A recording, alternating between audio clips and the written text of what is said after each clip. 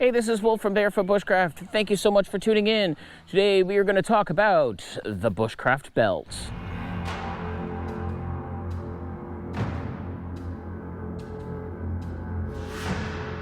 The belt is the foundation of all of your bushcraft outfit and kit. Whether you're dressed as an 18th century voyageur, just like I am right now with the linen and all that other stuff, or whether you're using, more modern clothes out in the woods. This isn't something that you would wear with a backpack camping and hiking, but it is most definitely something that you would wear if you're around camp or you're setting up camp for long term in one general area. So the belt that I've chosen, and again, this is the belt that I choose, it may not be the right belt for you, is called this Sam Browne belt. And that basically goes across my chest like this, and it holds on to things right here, just like that. Basically what this was designed for is to take the stress and the weight of the axe, which hangs right here, off my hips and my back. So I'm going to take this belt off. We're going to have a closer look at it, the way it was designed, and why I've chosen the configuration that I have. So this is the Sam Browne belt off me, or my Bushcraft belt.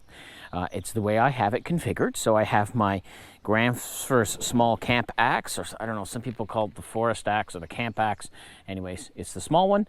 I have that here on my hip attached with this leather adapter to hold it onto my belt. And then what I do is I take this shoulder strap here and I make sure that when I'm wearing it, it fastens there. The reason that I put it here is so that when this starts to get heavy and fatigue after a couple of hours of wear, the transfer of weight goes all into my belt. Essentially what this is with this strap on is kind of making it like a backpack to hold all this stuff.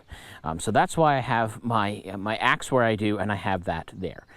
Moving along, this is a reproduction of a World War II, 1945 Colt 45 magazine holder for the double mags, and in there I have my multi-tool right there. This happens to be the Gerber, and then on the other side I have just a folding knife. This happens to be a K-bar knife because I like that brand. May not be right for you, and that's okay, but that's basically that. So now I have pretty much all the tools that I need, and of course a metal match or a ferro rod. I always keep one of those on my belt because that's sort of the whole reason of having the Bushcraft belt. And then over here on the other side, I'm going to have my standard straight blade, right? I don't use it as much. This particular blade is not very heavy like some of the, like a K-bar BK2 or the Becker as it's called. So I can have it on the other side and it's not going to fatigue me as much. So that's basically how I have my belt configured and why. The belt itself is a World War II officer's belt. One of the things I really love about this belt, number one, that it's coming up on 100 years old now because it was made in the 1940s. But look at this. Look at the buckle itself. And you can see it has all those castings in it. That tells me that that was hand casted. Look at the detail on the other side, which you can see is basically, it's not that nice and smooth, it's all rough. So that was actually cast by someone, by a person, right? And it wasn't cast by a machine. The other side of the belt, for me anyways, is just as exciting. Look at how this attaches. So it has this, look at that. Like, you're not gonna see this in a very many poorly crafted, machine crafted modern belt stuff on, various internet websites. But I really like how this goes inside and it makes it look just a little finer and just a little fancier. Again, you can see all those bumps on there because all this stuff was hand casted.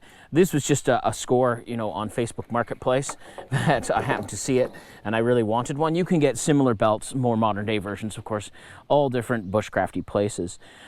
But again, my rationale behind this, and again, this is just me. It's okay if you look at this and you're like, wow, the guy's an idiot. I don't want to do it that way. I'm okay with that. I understand that everybody is different.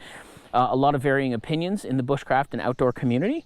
But again, I put the heavy object, my heaviest object on the belt, which happens to be my Gramps axe, close to this part here, this belt loop, so that it transfers the weight to my shoulder instead of hurting my back over time.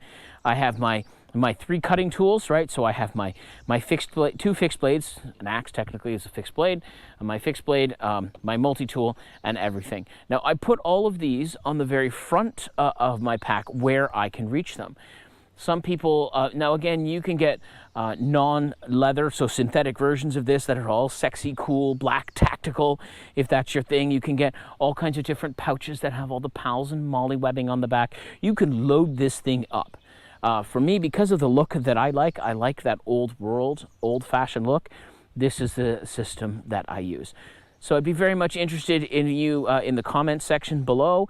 Let me know what your bushcraft pack is. Haters are always activated and triggered, you know, by lack of self-control and stupid comments.